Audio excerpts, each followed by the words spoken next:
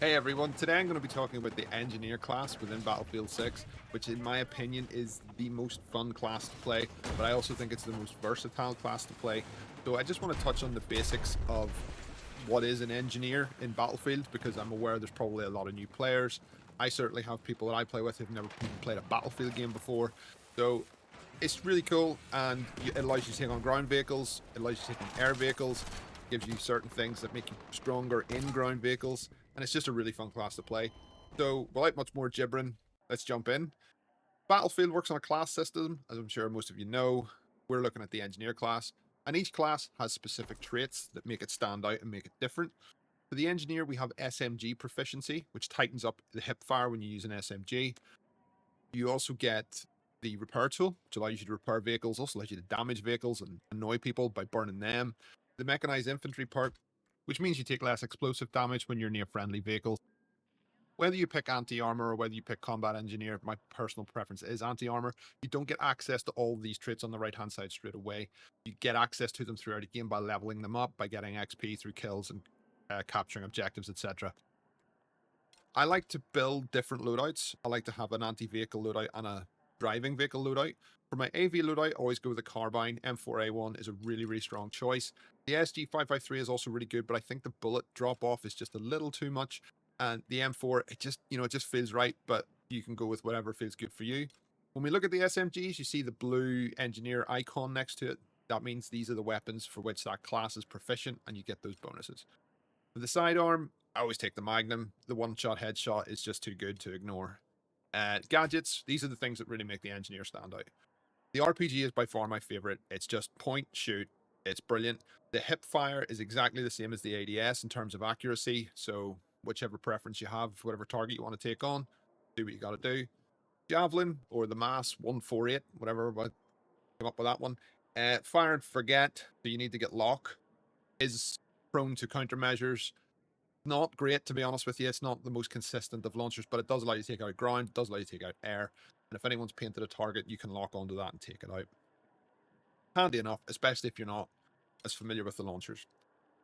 SLM-93, or the Stinger, same idea as the Javelin, to be honest, but you can't do ground vehicles with it. I really don't rate this. It's really hard. You need at least 2 shots on an air vehicle to take it down, which is kind of impossible with the countermeasures that are currently available to vehicles, and I think that's fair enough. Just don't really know where the Stinger sits, to be quite honest with you. It's not really one I would ever choose to take with me.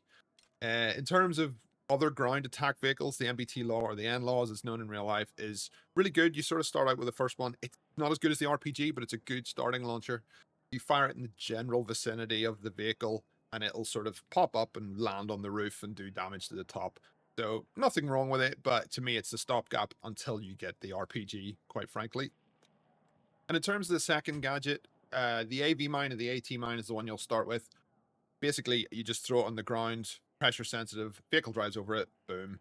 It doesn't work on infantry, but it doesn't matter. It's really easy to throw down. It's really good at area denial, and it's really good at taking out vehicles. The acoustic sensor AV mine, I haven't had a lot of luck with. I have tried it several times. It just doesn't do it for me. It's very inconsistent. It pops up a mine that lands on the roof of the vehicle, and it's not as good as the AT mine. EOD bot is the only thing I would take over an AT mine, and sometimes you have to. They're absolutely brilliant. They allow you to sneak up on vehicles and burn them with a repair tool. They can drop mines. They can take out mines. They can set MCOM stations if you're playing Rush. They're really cool for trolling people as well, so give them a go. Really, really good fun. Would highly recommend using the EOD bot. The Johnny 5 is alive. The Slam is crap, to be honest. Uh, Basically an AT mine that you can stick to surfaces, but it's not as good. It used to be really good in BF4, just not anymore for me. AT mine is just the one to go with. So in terms of my run and gun anti-vehicle setup, I take anti-armor training path, I take the M4A1 carbine, sidearm revolver, RPG for my first gadget, AT mines for my second gadget, and then here we go, grenades. I always take a frag grenade if I'm running and gunning, AV grenade if I'm going to be in a vehicle. You jump out of the vehicle and you're getting hit by a tank, you can chuck it at the tank. It's good for that, but it is awful against infantry. It just suppresses them. I don't think it does any damage. Frag grenade's pretty good, but it doesn't hurt vehicles. Mini grenade, kind of pointless.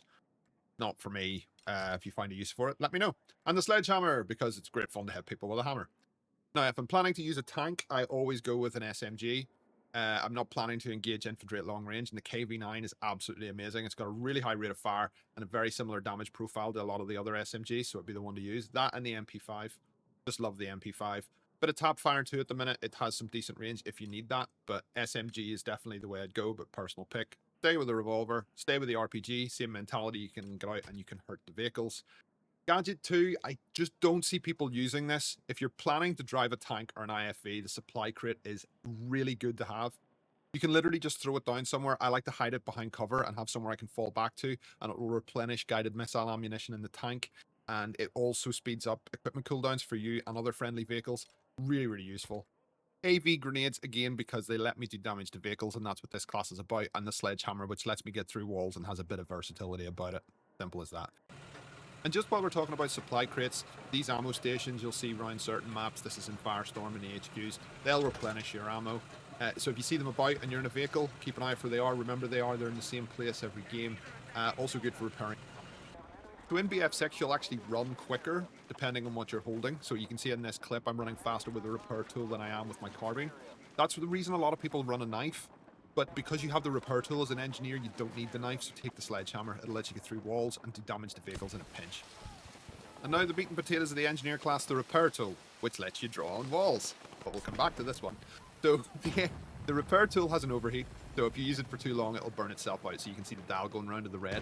So just don't let it burn itself out. Take your finger off, let it cool down, and then go back at it again. If you let it burn out, like I'm about to show you now, it'll play this animation where it replaces the fuel tank on it. It's just a needless waste, although the dial does go back down. It's just not necessary, so just don't do it. Just take your finger off, let it reset, and go again. Dead handy. So let's check in on the drawing. That's a duck, not a dick. I'm not even sure I could call that a duck. Tank mines. So the AV mines, these you can just chuck them down, try and hide them.